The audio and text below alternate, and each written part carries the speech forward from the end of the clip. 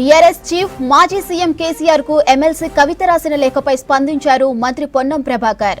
బీజేపీతో బీఆర్ఎస్ కు ఉన్న దోస్తిని కవిత బయటపెట్టారన్నారు. ఢిల్లీలో దోస్తీ, గల్లీలో కుస్తీ పడుతున్నారని విమర్శించారు. ఇదే విషయాన్ని ఇన్నాళ్లు తాము అడిగామని ఇప్పుడు కవితే అడిగారన్నారు. పార్లమెంట్ ఎన్నికల్లో బీజేపీకి కేసీఆర్ సరెండర్ అయ్యారని ఆరోపించారు. ఇక కేసీఆర్ సూచనతోనే కిషన్ రెడ్డిని అధ్యక్షుణ్ణి చేశారన్నారు. కేసీఆర్ నేతలకు అందుబాటులో ఉండరన్న విషయం కవిత చెప్పిందన్నారు. కవిత లేఖను డైవర్ట్ చేసేందుకే కేటీఆర్ చిట్చాట్ చేశారన్నారు పొన్నం ప్రభాకర్.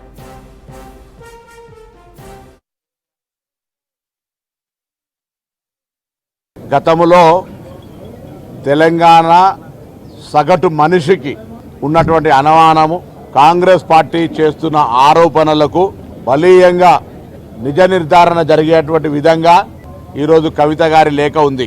కవిత గారు అడిగిన ప్రశ్ననే కాంగ్రెస్ పార్టీ, టీఆర్ఎస్లోని కొంతమంది కూడా ఎందుకు భారతీయ జనతా పార్టీతో స్నేహపూర్వకంగా ఉంటా ఉన్నారు? గత 10 సంవత్సరాలు కేంద్రంలో బీజేపీ, రాష్ట్రంలో టీఆర్ఎస్ పార్టీ ఉన్నప్పుడు వారితో స్నేహపూర్వకంగా ఎందుకు ఉన్నారు? ఇది మంచిది కాదు కదా. ఇంత పెద్ద ఎత్తున కేంద్రము రాష్ట్రానికి అన్యాయం చేస్తుంటే కూడా, లేదా దేశవ్యాప్తంగా భారతీయ జనతా పార్టీ చేస్తున్నటువంటి తప్పులను, అన్యాయాలను ఎందుకు ప్రశ్నిస్తలేరు కేసీఆర్ గారు అని కాంగ్రెస్ అడిగితే రాజకీయం అన్నారు.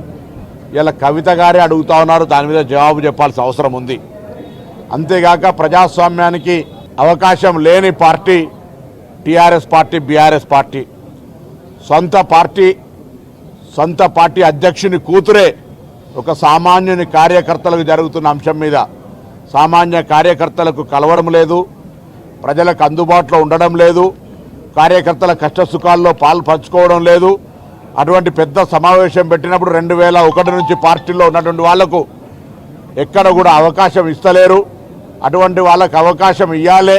మరి మీటింగ్లలో మాట్లాడకపోతే వారికి సంబంధించినటువంటి ఏ విధంగా ఉంటుంది అనేటువంటి అంశాలను లేవనెత్తిన అంశాలకు కార్యనిర్వాహక అధ్యక్షుడు కానీ, లేదా పార్టీకి సంబంధించిన ట్రబుల్ షూటర్గా చెప్తున్న హరీష్ రావు గారు కానీ, లేదా స్వయంగా మరి కేసీఆర్ గారైనా జవాబు చెప్పాల్సిన అవసరం ఉంది. ఇవాళ మేమేం కొత్తగా ఆరోపణ చేస్తలేము. ఈరోజు మేము గతంలోనే చెప్పినాం, టీఆర్ఎస్ బీజేపీ వేరువేరు కాదు, రెండు కూడా కలిపి ఢిల్లీలో దోస్తీ, గల్లీలో కుస్తీ అనే మాట అనేక సందర్భాల్లో చెప్పిన దానికి కవిత గారు రాసినటువంటి లేఖ ఆధారము, దానికి సంబంధించినటువంటి ఒక ఎవిడెన్స్ అనే మాట సందర్భంగా మనం చూస్తా ఉన్నాం.